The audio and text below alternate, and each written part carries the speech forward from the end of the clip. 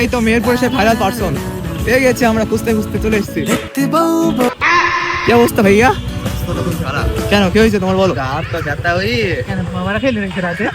তোমার গা হাত পা ব্যথা কেন? বড় একটা জায়গা প্লাস্টার টাইপের করছে একলা। গাইস সামিনকে পেয়ে গেছে আমরা, সেই ভাইরাল পারসন। বলো তোমার বক্তব্য কি বলো ভাই? বক্তব্য কিছু নাই ভাই, 20 টাকা দেন মেরি খাও।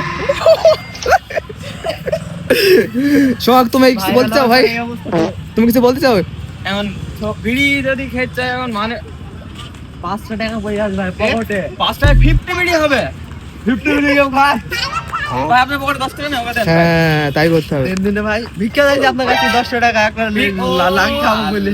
আল্লাহ, আচ্ছা ঠিক আছে তোমাকে দিয়ে দেবো আমি। ভালো করছা কিভাবে যায় কি ভালো করছা? বলো বলো হ্যাঁ এখানে ভাই, 5 টাকা 10 টাকা ভিক্ষা দেন। এখানে ও দেখো দেন ভাই।